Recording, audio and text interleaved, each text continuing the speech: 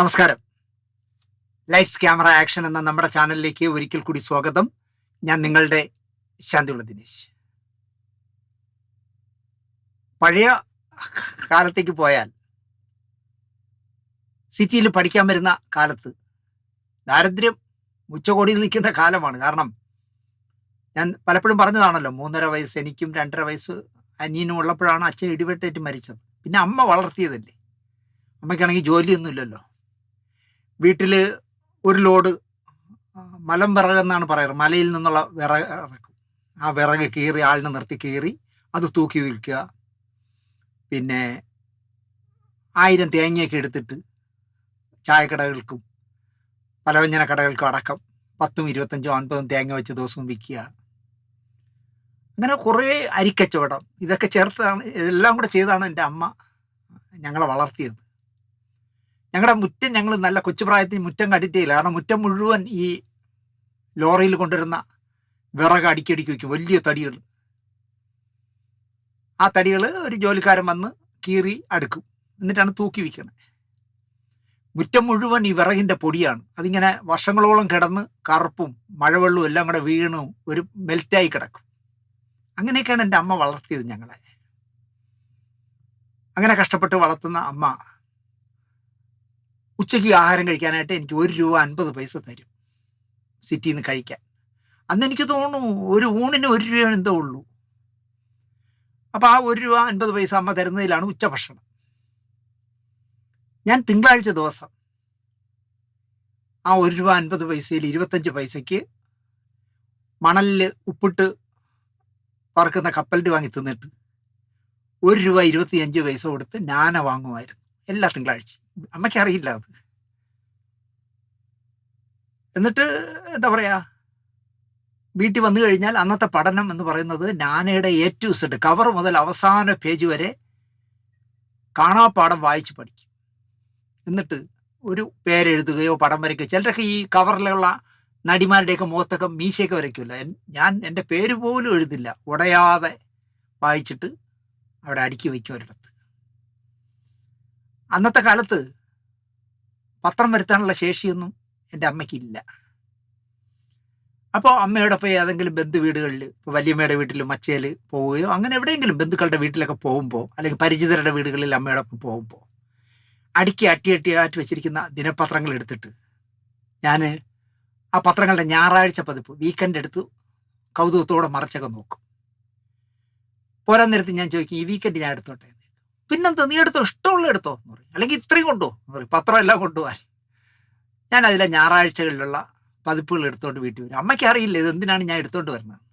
അത് കൊണ്ടുവന്ന് ഈ പറഞ്ഞ പോലെ എന്നെ കൗതുകപൂർവ്വം വായിച്ചിട്ട് കീറാതെ അടുക്കി വയ്ക്കും. വീട്ടിലെ ഒരു കൊച്ചുമുറിയുണ്ട്. ആ മുറി എനിക്ക് തന്നിരുന്ന അമ്മ. ആ മുറി നിറച്ച് കടലാസ് കൂനയായി മാറിയപ്പോൾ അമ്മ ചോദിക്കുമായിരുന്നു, നീ എന്തിനാ ഇങ്ങനെ അടക്കറിക്കട പോലെ ഈ മുറി അത്രയും ഇങ്ങനെ പേപ്പർ കൊണ്ട് നിറയ്ക്കുന്നതെന്ന് അമ്മ ചോദിക്കുമായിരുന്നു. നീ ഇതെല്ലാം വായിച്ചതല്ലേ, പിറ്റുകളാ എന്ന് പറയാം അമ്മ. പക്ഷെ ഞാൻ ഒരു പേപ്പർ പൊതിയാൻ പോലും എടുക്കാൻ സമ്മതിക്കില്ല. മറുപടി പറയാതെ ചെതലൊന്നും കയറിയില്ലല്ലോ എന്ന് ചുറ്റിനും പരിശോധിച്ചിട്ട് ഞാൻ ഇറങ്ങിപ്പോവും. അമ്മ ആ ചാപ്റ്റർ അവിടെ വിടും. ഈ ശീലം ആരെങ്കിലും പരിചയക്കാരെ കണ്ടാൽ അവരുടെ വീട്ടിൽ നിന്ന് ഈ വീക്കെൻഡിൽ എടുത്തുകൊണ്ട് വരിക, നാന, ചിത്രഭൂമി, ഫിലിം മാഗസിൻ പോലുള്ള സിനിമാ പ്രസിദ്ധീകരണങ്ങൾ വാങ്ങുക എന്നുള്ളത് 40 വർഷത്തിലധികമായി ഞാൻ അനുഷ്ഠിക്കുന്ന ഒരു ശീലമാണ്. ഓരോ വാടക വീട് ഇപ്പം മാറുമ്പോഴും താമസിച്ചിരുന്നതിനേക്കാൾ എന്താ പറയുക, വലിയ വീട് നോക്കേണ്ട അവസ്ഥയിലാണ് ഞാനൊരു വലിയ വീട് വെച്ചതാണ്, 3888 സ്ക്വയർ ഫീറ്റിൽ. അതാണല്ലോ ഒരു സീരിയൽ കൊണ്ടുപോയത്.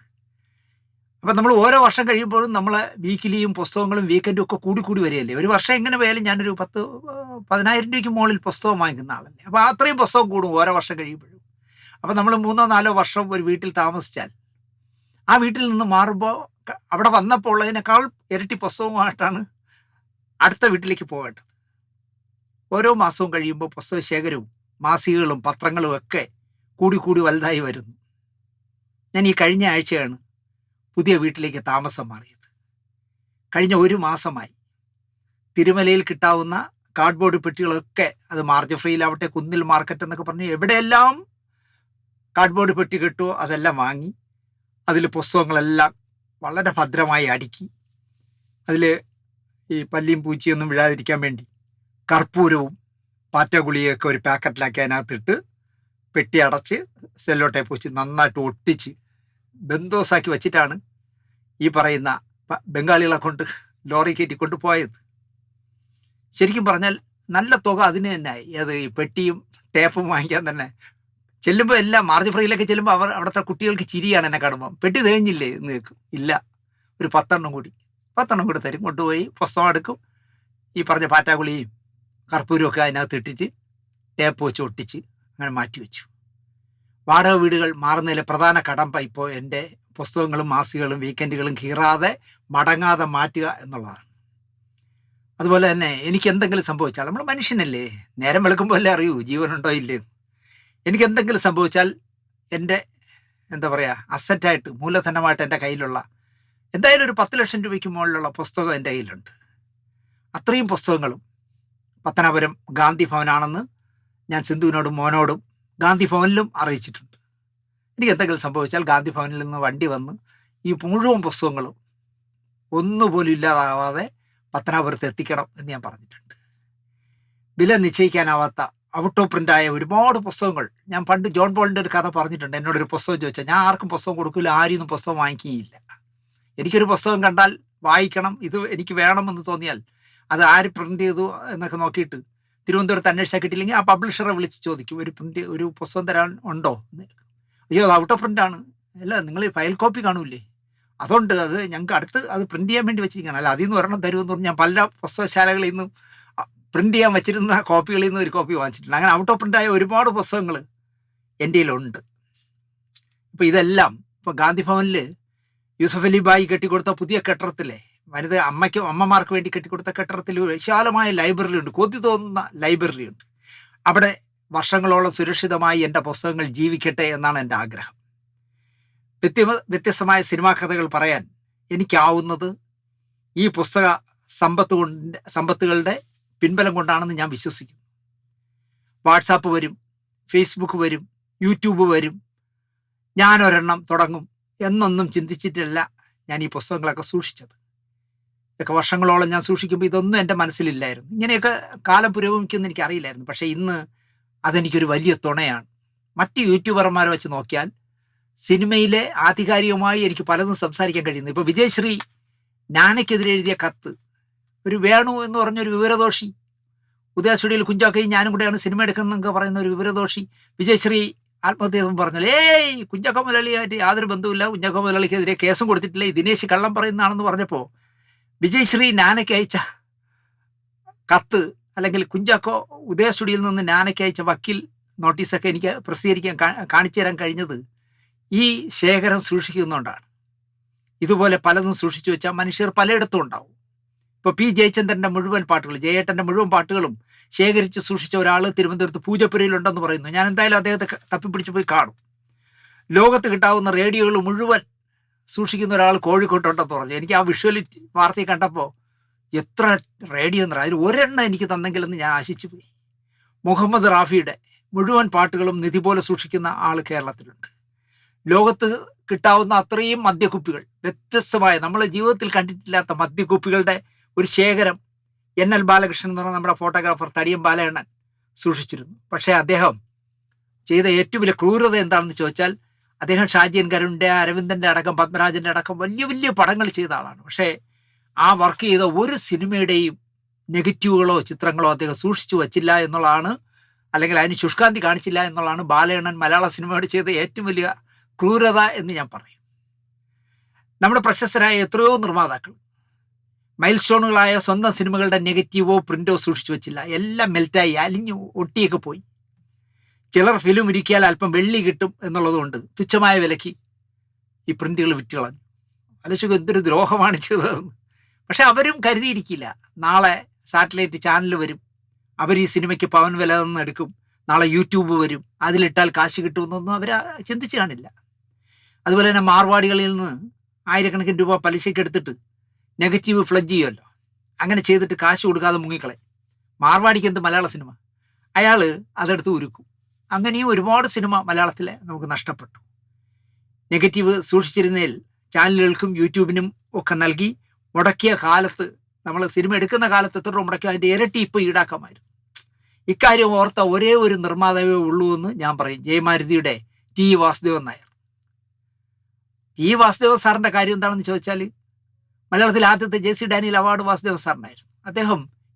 അദ്ദേഹം നിർമ്മിച്ച സിനിമകളുടെയും നെഗറ്റീവുകൾ വളരെ കൃത്യതയോടെ സൂക്ഷിച്ചു വച്ചിരുന്നു. മരിക്കുന്നത് വരെ തൻ്റെ സിനിമയിലെ പാട്ടുകൾ വിറ്റും സീനുകൾ വിറ്റും സിനിമകൾ പല പല ചാനലുകൾക്ക് മാറ്റി മാറ്റി കൊടുത്തും വാസു സാർ വരുമാനം ഉണ്ടാക്കിയാണ് ജീവിച്ചത്. അദ്ദേഹം അഭിമാനത്തോടെ പറഞ്ഞു, ഞാൻ സിനിമ കൊണ്ടാണ് ഇപ്പോഴും ജീവിക്കുന്നതെന്ന് അവസാന കാലഘട്ടത്തിലും അദ്ദേഹം പറയുമായിരുന്നു.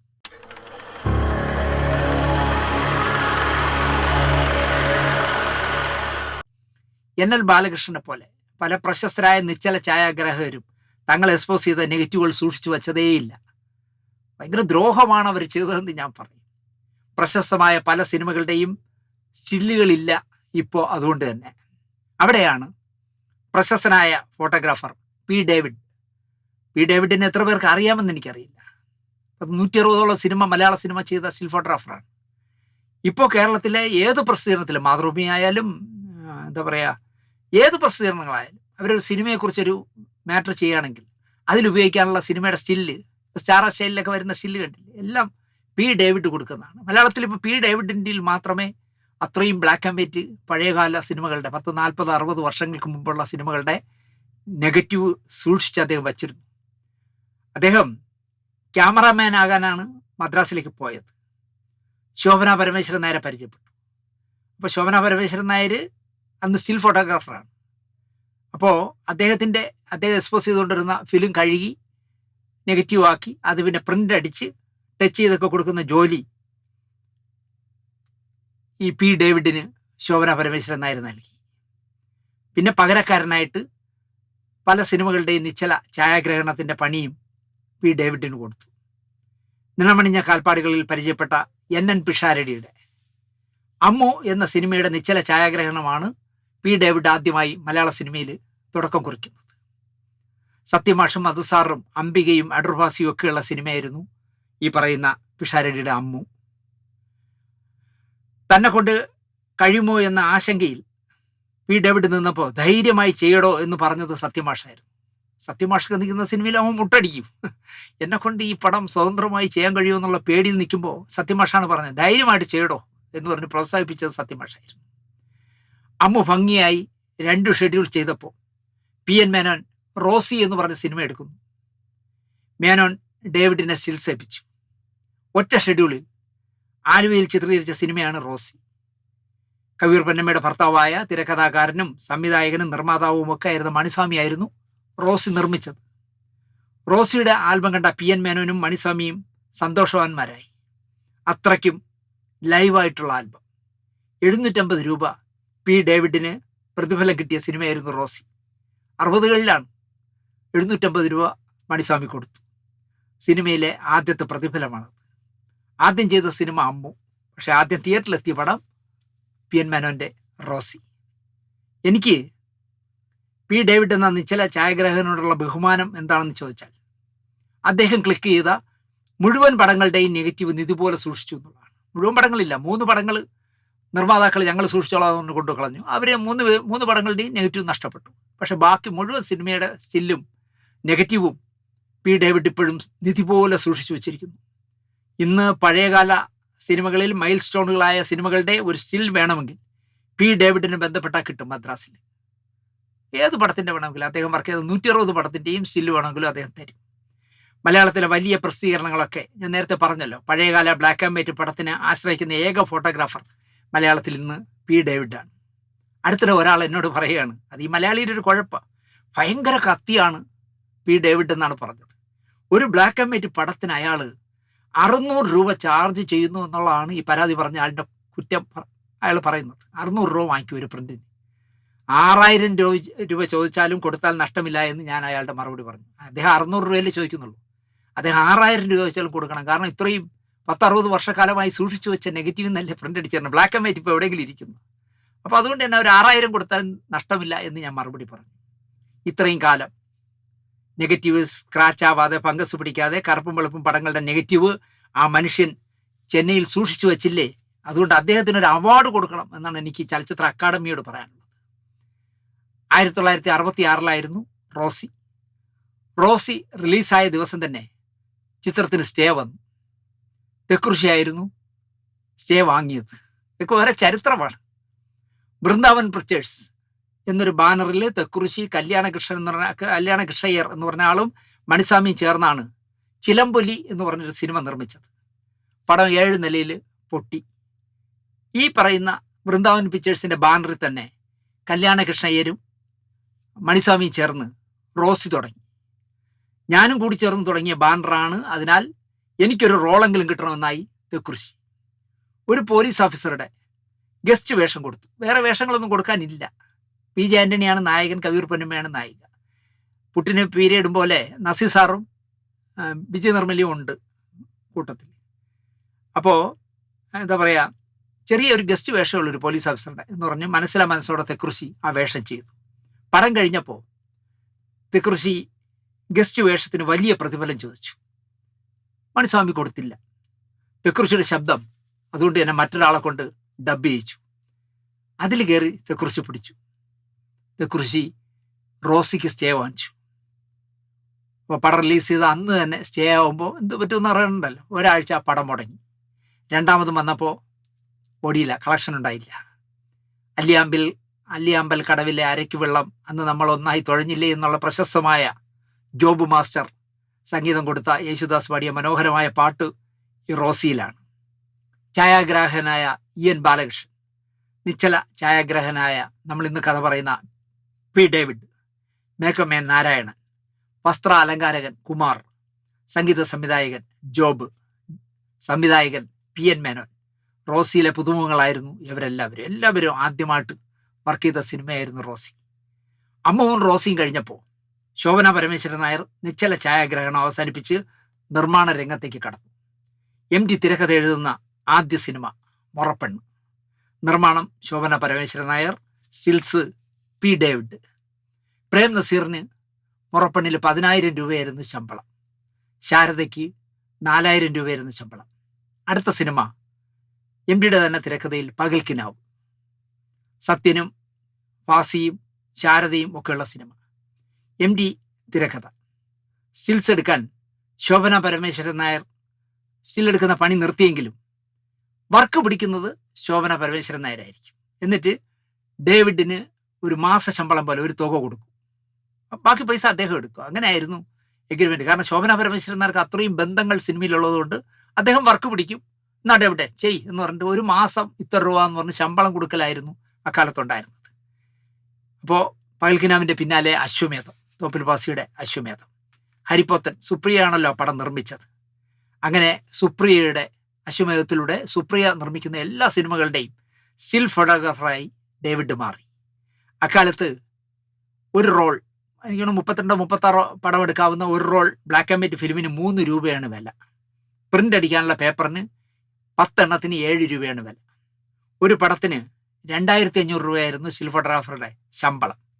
തിയേറ്ററുകളിൽ വയ്ക്കാനുള്ള ഫോട്ടോ കാർഡ് അടക്കം ചെയ്യുമ്പോൾ ഒരു 2,500 രൂപ കിട്ടും. അപ്പോൾ 5,000 രൂപ കിട്ടും ഒരു പടത്തിൻ്റെ ഫോട്ടോ കാർഡ് അടക്കം എല്ലാം ചെയ്തു കൊടുക്കുന്നതിന്. പക്ഷേ കൃത്യമായി കാശ് കൊടുക്കുന്നവർ വളരെ കുറവായിരുന്നു. അശ്വമേധത്തിൻ്റെ പിന്നാലെ സുപ്രിയയുടെ തന്നെ തുലാഭാരം. പി. ഡേവിഡ് തുലാഭാരം കഴിയുമ്പോഴേക്കും നല്ല തിരക്കിലേക്ക് നീങ്ങി. ഒരേ സമയം 2-3 സിനിമകൾ വർക്ക് ചെയ്യേണ്ട സ്ഥിതിയായി. 3 സെറ്റിലെയും അസിസ്റ്റന്റ് ഡയറക്ടർമാരോട് സീനിനെ പറ്റിയും ആരൊക്കെ ആ സീനിൽ ഉണ്ടെന്നും ചോദിച്ചു വയ്ക്കും. 3 കോമ്പിനേഷൻ സീനുകൾ എടുക്കുമ്പോൾ ഡേവിഡ് അവിടെ ഉണ്ടാവും. ഒരു സ്കൂട്ടറിൽ സെറ്റിൽ നിന്നും സെറ്റിലേക്ക് പായുന്ന പണിയായിരുന്നു അക്കാലത്ത്. അശ്വമേധത്തിനൊപ്പം മുൾക്കിരീടവും NGOയും ഉണ്ടായിരുന്നു. 3 പടവും, അശ്വമേധം, മുൾക്കിരീടം, NGO, 3 പടങ്ങൾ ഒരേ സമയം ഡേവിഡ് വർക്ക് ചെയ്തതാണ്. കോമ്പിനേഷൻ സീൻ എടുക്കുമ്പോൾ സ്റ്റിൽസ് എടുക്കുന്നില്ല എന്ന് കണ്ടാൽ സത്യമാഷ് തിരക്കും. എവിടെ ആ ചെക്കൻ എന്ന് ചോദിക്കും. പടം എടുക്കുന്നില്ലെങ്കിൽ സത്യമാഷ് ശ്രദ്ധിക്കും, എവിടെ ആ ചെക്കൻ എന്ന് ചോദിക്കും. അശ്വമേധം A. വിൻസെന്റ് മാഷും മുൾക്കിരീടം NN പിഷാരടിയും NGO SS രാജനുമാണ് സംവിധാനം. 3 പേരും അറിഞ്ഞിരുന്നില്ല പി. ഡേവിഡ് 3 സെറ്റിൽ ഒരേ സമയം വർക്ക് ചെയ്യുകയാണെന്ന്. മദ്രാസിലാണല്ലോ. 3 പേരും അറിഞ്ഞില്ല പി ഡേവിഡ് ഒരേ സമയം 3 പടവും വർക്ക് ചെയ്യുകയാണെന്ന്. ഇത് പറയുമ്പോൾ എനിക്ക് പെട്ടെന്ന് ഓർമ്മ വരുന്നത്, എനിക്ക് വളരെ ഇഷ്ടമായിരുന്നു കീഴിലം വേലായുധൻ എന്ന് പറഞ്ഞൊരു കോസ്റ്റ്യൂമർ ഉണ്ടായിരുന്നു. ഫാസിലിൻ്റെയും സിബി മലയിലിൻ്റെയൊക്കെ സ്ഥിരം കോസ്റ്റ്യൂമറാണ്. വലിയ തിരക്കുള്ള വസ്ത്രാലങ്കാരൻ ആയിരുന്നു. കീഴിലം വേലായുധൻ ഇതുപോലെയാണ്, ഒരേ സമയം തന്നെ 3-4 വർക്ക് പിടിക്കും. അപ്പോൾ എല്ലായിടത്തും കോസ്റ്റ്യൂമർ അന്വേഷിക്കുമല്ലോ. അപ്പോൾ കീഴിലം വേലായുധൻ ചെയ്യുന്ന പണി എന്താണെന്ന് വെച്ചാൽ, ഇപ്പോൾ സിബി മലയിലിൻ്റെ സെറ്റ് നിൽക്കുകയാണെങ്കിൽ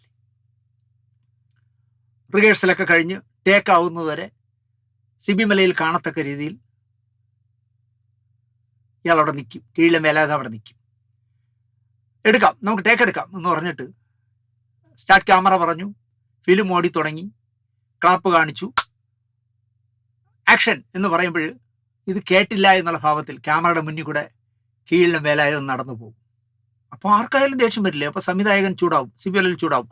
എന്തോന്ന് വേലായുധ കാണിക്കുന്നത്, ടേക്ക് എടുത്തോണ്ടിരിക്കുമ്പോണോ ക്യാമറയുടെ ഫ്രണ്ടിൽ കൂടെ നടക്കുന്നത് എന്നൊക്കെ പറഞ്ഞു വരട്ടും. സോറി സാർ, തെറ്റിപ്പോയി സാർ, അറിഞ്ഞില്ല സാർ എന്നൊക്കെ പറഞ്ഞ് പോ.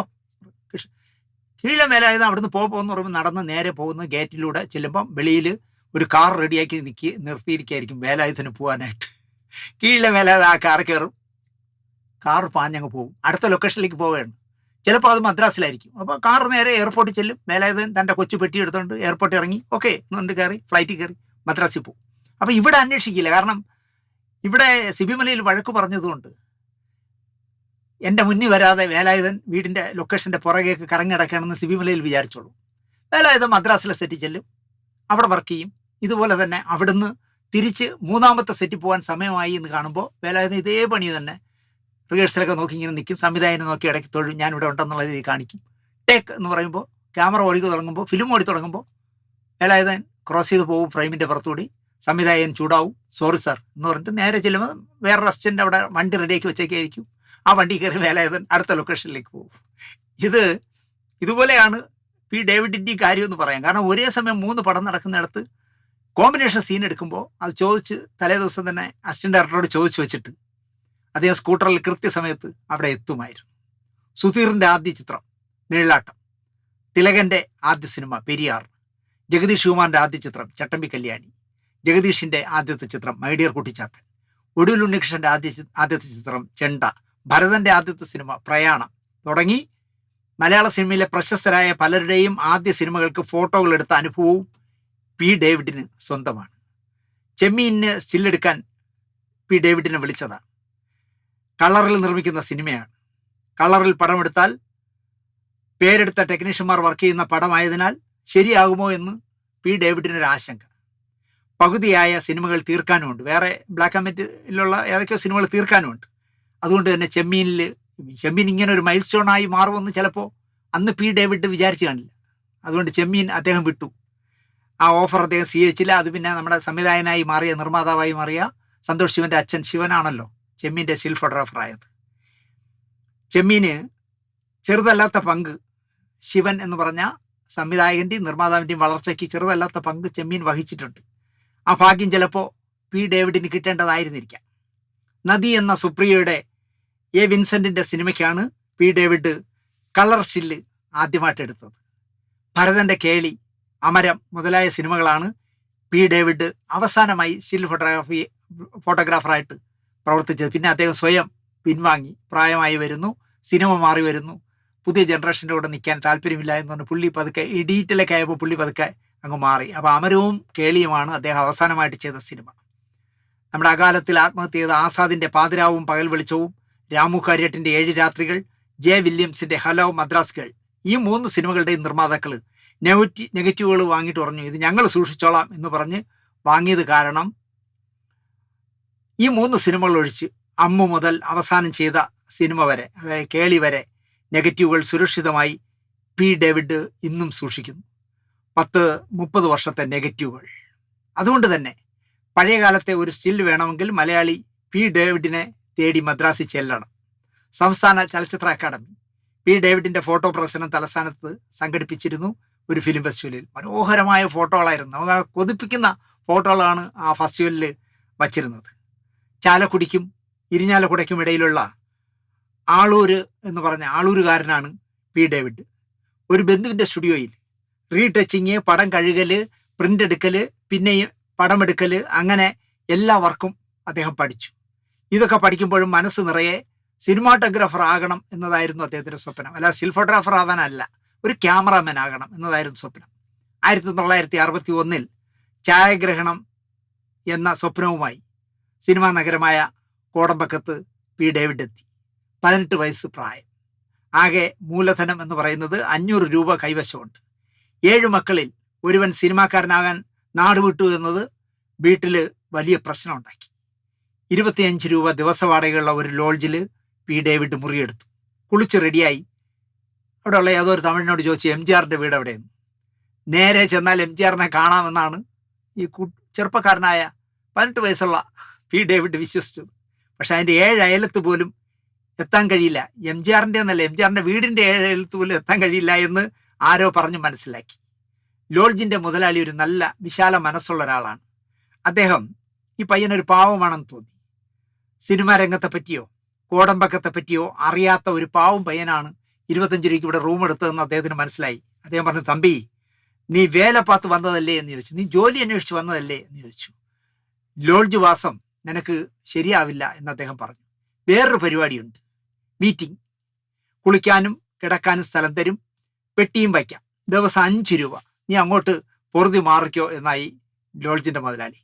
കാലത്തെ ഇറങ്ങും, സ്റ്റുഡിയോകളിലൊക്കെ കയറി ഇറങ്ങും, നിരാശയാണ് ഫലം, തിരിച്ച് മടങ്ങും. അങ്ങനെ ഒരു നാള് കോടമ്പക്കം ബ്രിഡ്ജിനടുത്ത് വെച്ച് വകയിലൊരു ബന്ധുവായ ആളിനെ കണ്ടുമുട്ടി. അയാൾ ശോഭന പരമേശ്വരൻ നായരുടെ ബന്ധു കൂടിയായ സിനിമയിലെ പ്രൊഡക്ഷൻ എക്സിക്യൂട്ടീവായ വാസു അണ്ണൻ എന്ന് വിളിക്കുന്ന ആളിൻ്റെ അടുത്തെത്തിച്ചു. സൗജന്യമായി വാസു അണ്ണൻ്റെ കൂടെ താമസിക്കാനുള്ള ഏർപ്പാടുണ്ടാക്കി കൊടുത്തു. ശാരദ സ്റ്റുഡിയോയിൽ ക്യാമറ അപ്രന്റീസായിട്ട് ജോലി വാങ്ങിക്കൊടുത്തു. എംജിആർ, നാഗേശ്വര റാവു, ഭാനുമതി മുതലായവർ അഭിനയിക്കുന്നത് കാണാം എന്നതിനപ്പുറം അപ്രന്റീസ് ആയതുകൊണ്ട് വേറെ ഗുണമൊന്നും ഉണ്ടായില്ല. വൈകാതെ വാസുവണ്ണൻ വഴി ശോഭന പരമേശ്വരൻ നായരുടെ അടുത്തെത്തി. അക്കാലത്ത് ശോഭന പരമേശ്വരൻ നായർ സിനിമ സ്റ്റിൽ ഫോട്ടോഗ്രാഫറാണ്. ഡാർക്ക് റൂമിൽ അഡ്മിഷൻ കൊടുത്തു. അവിടെ മുതൽ സിനിമയിലേക്കായി പി ഡേവിഡിന്റെ യാത്ര. സിനിമയിൽ സ്റ്റിൽ ഫോട്ടോഗ്രാഫറായി വലിയ മണിമാളികയും AC ബെഡ്റൂമും കാറും ഒക്കെ ഉണ്ടാക്കിയവർ മലയാള സിനിമയിലുണ്ട്. പലരെയും എനിക്കറിയാം. സംവിധായകന്റെയോ നിർമ്മാതാവിൻ്റെയോ ഇഷ്ടമൊക്കെ സാധിച്ചു കൊടുത്തവരായിരിക്കും ഇത്തരക്കാർ. അല്ലെങ്കിൽ അവർക്ക് ഇങ്ങനെ കാശുണ്ടാക്കാൻ കഴിയില്ല. അങ്ങനെ വഴിവിട്ട് ജീവിച്ച ഒരുപാട് വേന്ദ്രന്മാരെ എനിക്കറിയാം. അത്തരക്കാർക്ക് തുടർച്ചയായി വർക്കുകൾ കിട്ടും, പെട്ടെന്ന് സമ്പന്നരുമാകും. ആത്മാർത്ഥമായി പണിയെടുക്കുക എന്നതിനപ്പുറം എന്ത് വിട്ടുവീഴ്ചയ്ക്കും റെഡിയാകണം. പക്ഷെ പി ഡേവിഡ് ആ വഴിയെ പോയില്ല. 1972 പി ഡേവിഡ് വിവാഹിതനായി. വിവാഹകാര്യം അറിഞ്ഞ ഒരു ചങ്ങാതി ചോദിച്ചത്, ഒരു ഡയറി ഫോം നടത്താൻ പറ്റുന്നവൻ ഒരൊറ്റ പശുവിൽ മാത്രം ഒതുങ്ങാൻ പോകുകയാണോ എന്നാണ് ചോദിച്ചത്. എടാ, നീ കല്യാണം കഴിക്കാൻ പോണോ? ഓ എടാ, ഒരു ഡയറി ഫാം നടത്താനുള്ള ഭാഗ്യമുള്ള നീ എന്തിനടാ ഒരു പശുവിനെ മാത്രമായിട്ട് വളർത്തുന്നത്? അർത്ഥം മനസ്സിലായില്ലേ? ഞാൻ മുമ്പൊരു കഥ പറഞ്ഞോന്ന് എനിക്ക് സംശയമുണ്ട്. എൻ്റെ സീരിയലിൽ അഭിനയിക്കാൻ വന്ന ഒരു നടി വിവാഹപ്രായം കഴിഞ്ഞു. അപ്പം എൻ്റെ ഒരു കണക്കുകൂട്ടൽ എന്ന് പറയുന്നത്, എൻ്റെ ഭാര്യ സിന്ധു ഒരു മന്ദബുദ്ധി കേസാണ്, ഒന്നും വളഞ്ഞ വഴികളൊന്നും അറിയില്ല. ഷൂട്ടിങ്ങിനിടയിൽ എപ്പോഴോ ഇങ്ങനെ കാശിൻ്റെ കാര്യമൊക്കെ പറഞ്ഞ് വൗച്ചറൊക്കെ ഒപ്പിട്ടോണ്ടിരിക്കുന്നതിനിടയിൽ സിന്ധു ചോദിച്ചു, വിവാഹപ്രായമൊക്കെ കഴിഞ്ഞു വരെയല്ലേ, നീ ഇങ്ങനെ കല്യാണം കഴിക്കാതെ ഒറ്റത്തടിയായി നടക്കുന്നതിനാ? ഏതെങ്കിലും ഒരു നല്ല നമുക്ക് പറ്റിയ ഒരാളിനെ നീ കല്യാണം കഴിക്കണം. അപ്പം ഈ നടി പറഞ്ഞ മറുപടി, ചേച്ചി ചായ കുടിക്കാനായിട്ട് എന്തിനു ചേച്ചി നമ്മൾ ചായക്കട നടത്തണേ എന്ന് ചോദിച്ചു. ഇവർക്ക് ഇതിൻ്റെ അർത്ഥം മനസ്സിലായില്ല. രാത്രി ഷൂട്ടിങ് കഴിഞ്ഞ മുമ്പ് എന്നോട് പറഞ്ഞു, അണ്ണാ മറ്റേ നടിയില്ലേ, അവളുടെ നീ എന്താ വിവാഹപ്രായം കഴിഞ്ഞല്ലോ, നീ കല്യാണം കഴിക്കാത്തതെന്ന് ചോദിച്ചപ്പോൾ അവൾ എന്നോട് ചോദിച്ചത് ചായ കുടിക്കാനായിട്ട് ചായക്കട നടത്തണോ എന്ന് ചോദിച്ചു. അതിൻ്റെ അർത്ഥം എന്താണെന്നാ? ഞാൻ എന്ത് പറയാൻ? നമ്മൾ സിനിമാക്കാർ അല്ലെങ്കിൽ സീരിയലുകാർ തന്നെ നമ്മളെ സ്വയം നാറുന്നതല്ലേ ഇത്തരം കമൻറ്റുകൾ. പിറ്റേ ദിവസം ഞാൻ ചെന്ന് ശരിക്ക് ആ നടിക്ക് വഴക്ക് കൊടുത്തു ഞാൻ. അതുപോലെ പി ഡേവിഡ് വിവാഹിതനാവുന്നു എന്ന് പറഞ്ഞപ്പോൾ സുഹൃത്ത് ചോദിച്ചത്, ഒരു ഡയറി ഫോം നടത്താൻ പറ്റുന്നവൻ ഒരൊറ്റ പശുവിൽ മാത്രം എന്തിനടാ ഒതുങ്ങുന്നത് എന്ന് ചോദിച്ചു. ജീവിതത്തിൽ മോശത്തരങ്ങൾ ചെയ്യാനോ മറ്റൊരാൾക്കായി ചെയ്യാനോ തയ്യാറല്ലാത്ത മനുഷ്യനായിരുന്നു ഈ മനുഷ്യൻ. ആരെ? P David. പറയുന്ന കാശ് കൃത്യമായി കിട്ടിയിരുന്നെങ്കിൽ വലിയ സമ്പന്നനായനെ താനെന്നാണ് പി ഡേവിഡിന്റെ തുറന്നു പറച്ചിൽ. അവസാന കാലത്ത് ചെയ്ത ഭരതന്റെ കേളിയുടെ പോലും വലിയ തുക ഇപ്പോഴും കിട്ടാനുണ്ട്. അദ്ദേഹം വളരെ വിഷമത്തോടെയാണ് അത് പറയുന്നത്. കേളി നന്നായിട്ട് ഓടിയ പടമാണ്, എന്നിട്ട് പോലും അതിൻ്റെ സ്റ്റില്ലിൻ്റെ പൈസ അദ്ദേഹത്തിന് കൊടുത്തില്ല. ഇതിന് PJ ആൻ്റണി പറയാറുള്ള ഒരു കഥ P. ഡേവിഡ് പറയും. ഒരു സിനിമ വിജയിച്ചാൽ സംവിധായകൻ പറയും അത് അയാളുടെ വർക്കാണ്, നായകൻ പറയും അത് അയാളുടെ മിടുക്കാണെന്ന്, നായിക പറയും അത് അവളുടെ കഴിവുകൊണ്ടാണ്. ഏതാണ് സിനിമയിലെ ആർട്ട്? ഒരു പത്രക്കാരൻ PJ ആൻ്റണിയോട് ചോദിച്ചതാണ്. അപ്പോൾ PJ ആൻ്റണി പറഞ്ഞ മറുപടി, പണിയെടുത്തിട്ട് കാശ് മേടിക്കലാണ് സിനിമയിലെ ഏറ്റവും വലിയ കല എന്നായിരുന്നു. സത്യമാണത്. പണിയെടുത്ത് നമ്മൾ ജോലി ചെയ്തതിൻ്റെ പ്രതിഫലം വാങ്ങാൻ കഴിയുന്ന മിടുക്കാണ്. എന്തെങ്കിലുമൊക്കെ കള്ളങ്ങൾ പറഞ്ഞ് അച്ഛൻ്റെ ഓപ്പറേഷൻ, അങ്ങനെ പല കാര്യങ്ങളും പറഞ്ഞാണ് പലരും പല നിർമ്മാതാക്കളിൽ നിന്നും പൈസ വാങ്ങുന്നത്. P. ഡേവിഡ് സ്വന്തമായി വീട് വയ്ക്കുകയാണ്. കാശൊക്കെ തീർന്നു. അയൽപക്കത്ത് താമസിക്കുന്നത് ദേവരാജ മാഷാണ്. 3 വീടിനപ്പുറത്ത് താമസിക്കുന്ന ദേവരാജ മാഷാണ്. സിനിമ ചെയ്തിട്ട് കാശ് കിട്ടാത്ത വിഷമം P. ഡേവിഡ് ദേവരാജ മാഷിനോട് പറഞ്ഞു. അപ്പോൾ സുപ്രസിദ്ധമായ ശൈലിയിൽ ദേവരാജ മാഷ് ചോദിച്ചു, എത്ര കിട്ടാനുണ്ട് നിനക്ക് എന്ന് ചോദിച്ചു. 3 ലക്ഷം വരും മാഷേ എന്ന് ഡേവിഡ്. അത്രയല്ലേ ഉള്ളൂ, എനിക്ക് മഞ്ഞിലാസുകാർ മാത്രം 21 സിനിമകളുടെ പടം തരാനുണ്ട്. ഡേവിഡിൻ്റെ ഉത്തരം മുട്ടിപ്പോയി എന്ന് പറയാം. ആലോചിച്ച് നോക്കിയേ, 3 ലക്ഷം രൂപ പല സിനിമാക്കാരായിട്ട് തരാനുണ്ട് എന്ന് പറഞ്ഞപ്പോൾ ദേവരാജ മാഷ് പറയാണ്, മഞ്ഞിലാസിൻ്റെ സിനിമകളിലെ പാട്ടുകൾ നിങ്ങൾ കേട്ട് നോക്കൂ, അനുഭവങ്ങൾ, പാളിച്ചകളടക്കം, വാഴവുമായ അടക്കം എത്ര സിനിമകളല്ലേ, മനോഹരമായ പാട്ടുകൾ ചെയ്ത ദേവരാജ മാഷ് പറയാണ്, 21 സിനിമകൾ ചെയ്തിട്ട് പ്രതിഫലം 10 പൈസ കൊടുക്കാത്ത ബാനറായിരുന്നു മഞ്ഞിലാസ്. മലയാള സിനിമയ്ക്ക് പടം എടുക്കുന്നവർ ഭൂരിപക്ഷവും തമിഴന്മാരായിരുന്നു. സ്റ്റിൽ ഫോട്ടോഗ്രാഫർ എന്ന് പറഞ്ഞാൽ തമിഴിൽ നിന്ന് കുപ്പുസ്വാമി മറ്റേ സ്വാമി എന്നൊക്കെ പറഞ്ഞ് തമിഴ്നാട്ടിൽ നിന്ന് വരുന്നവരായിരുന്നു. സൈക്കിളിലാവും സ്റ്റില്ലെടുക്കാൻ ഫോട്ടോഗ്രാഫർമാർ ഈ ലൊക്കേഷനിലെത്തുന്നത്. പട്ടിണിയാണെങ്കിലും ബുദ്ധിമുട്ടിലാണെങ്കിലും P. ഡേവിഡ് എന്നും സ്റ്റാറ്റസ് കീപ്പ് ചെയ്ത ആളായിരുന്നു. ഇപ്പോഴും അദ്ദേഹം ഇൻ ചെയ്ത് വളരെ ജെന്റിൽമാനായിട്ട് നമുക്ക് കാണാൻ കഴിയും. ഡ്രസ്സിങ്ങിലും പെരുമാറ്റത്തിലും ഒക്കെ ഒരു മാന്യനായിരുന്നു P. ഡേവിഡ്. പല നിർമ്മാതാക്കൾക്കും സംവിധായകർക്കും ഡേവിഡിനെ അതുകൊണ്ട് തന്നെ ഇഷ്ടമല്ല. ടാക്സിയിലെ അദ്ദേഹം സെറ്റ് ചെല്ലും, അല്ലാതെ സൈക്കിളിനും സ്കൂട്ടറിലൊന്നും ചെല്ലില്ല. താഴ്ന്നു നിന്നാൽ ചവിട്ടി താഴ്ത്തും സിനിമാക്കാരെന്ന് അദ്ദേഹത്തിന് അറിയാം. അല്പം നന്നായി നിന്നാൽ തലക്കനമുള്ളവൻ എന്ന് വിളിക്കുകയും ചെയ്യും. അവൾ എന്ന് സിനിമയുടെ സ്റ്റിൽസ് കാണിക്കാൻ PN മേനോന്റെ രംഗനാഥ സ്ട്രീറ്റിലെ പഴയൊരു വീട്ടിൽ ചെന്നു. ഒരു മെലിഞ്ഞ പയ്യനെ മേനോൻ പരിചയപ്പെടുത്തി. ഇവൻ ഭരതൻ, എൻ്റെ ചേട്ടൻ്റെ മകൻ, നല്ല ആർട്ടിസ്റ്റാണ്. എന്നിട്ട് അദ്ദേഹം പറഞ്ഞു, എടാ ഭരത, 2 ചായ മേടിച്ചോണ്ടോ. ഭരതൻ ചായ വാങ്ങിക്കൊണ്ടുവന്ന് കൊടുത്തു. ഒന്ന് P. ഡേവിഡിനും ഒന്ന് മേനോൻ സാറിനും. ഭരതൻ എന്ന പയ്യനും P. ഡേവിഡും സുഹൃത്തുക്കളായി. പരസ്യ ഡിസൈനുകൾ ഭരതൻ ചെയ്യാൻ തുടങ്ങി. ചന്ദ്രിക സോപ്പിൻ്റെ പരസ്യത്തിന് P. ഡേവിഡ് പടമെടുത്തു കൊടുത്തു. പല നടികളെയും പരസ്യത്തിനായി P. ഡേവിഡ് റെക്കമെൻഡ് ചെയ്തു. ഒരിക്കൽ ഗോൾഡൻ സ്റ്റുഡിയോയിൽ P. ഡേവിഡ് ചെല്ലുമ്പോൾ ഭരതൻ ബാക്ക്ഗ്രൗണ്ട് പെയിൻറ് ചെയ്യാണ്. ഒരു മലയും കുന്നും വീടും ഒക്കെ ആയിട്ട് ബാക്ക്ഗ്രൗണ്ട് പെയിൻറ് ചെയ്യുകയാണ്. അന്നത്തെ കാലത്ത് ഒരാൾ ബക്കറ്റിൽ നിന്നും എന്താ പറയുക, ഒരാൾ കളർ പമ്പ് ചെയ്യും, പെയിൻറ്റർ അത് സ്പ്രേ ചെയ്യും. ഒരു ലാൻഡ്സ്കേപ്പ് ഭരതൻ മനോഹരമായി ചുവരിൽ സ്പ്രേയിലൂടെ വരയ്ക്കുകയാണ്. ശരീരം മുഴുവൻ പെയിൻ്റാണ്, ദേഹമാസകലം പെയിൻറ്റിൽ നിൽക്കുകയാണ് ഭരതൻ. ആ കാഴ്ച P. ഡേവിഡിനെ നോവിച്ചു. സിനിമയിൽ എന്തെങ്കിലും നന്നായി ചെയ്യണമെന്നുണ്ട് ഒരിക്കൽ ഭരതൻ പറഞ്ഞു. ആ സമയത്ത് ത്രിവേണി എന്ന് പറഞ്ഞ സിനിമയുടെ ഷൂട്ടിംഗ് നടക്കുകയാണ്. വിൻസെൻ്റ് മാഷിനോട് ഡേവിഡ് പറഞ്ഞു, നമ്മുടെ PN മേനോൻ സാറിൻ്റെ സ്വന്തത്തിൽപ്പെട്ടൊരു പയ്യനുണ്ട് ഭരതൻ എന്ന് പറഞ്ഞിട്ട്. അക്കാലത്ത് വിൻസെൻ്റ് മാഷിനെ സ്വസ്ഥമായിട്ടൊന്ന് കണ്ടു കിട്ടാൻ ആകാത്തത്ര തിരക്കുള്ള കാലമാണ്. രാവിലെ മുതൽ വിൻസെൻ്റ് മാഷിൻ്റെ വീടിൻ്റെ മുന്നിൽ കാറുകൾ നിരന്നു കിടക്കും.